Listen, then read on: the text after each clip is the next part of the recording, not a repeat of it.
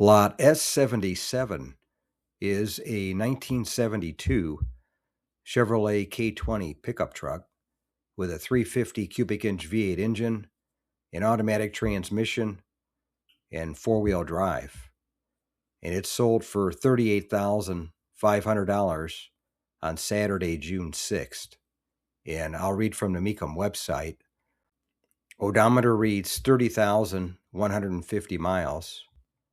And the highlights are 350 cubic inch V8 engine, automatic transmission, four-wheel drive, power steering, power brakes, tilt steering column, tachometer and gauges, houndstooth seat, two-tone paint, spray-in bed liner, 17-inch styled aluminum wheels, and BF Goodrich all-terrain TA tires.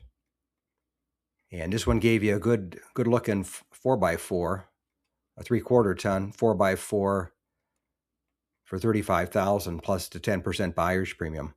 So a total of $38,500. Get you a nice truck with a lot of eyeball and seems to be ready to go. Just add your touches to it. Thanks again for watching. I appreciate it. And by the way, here's a couple of videos of the 700 plus videos that I have on my channel, Car Finder.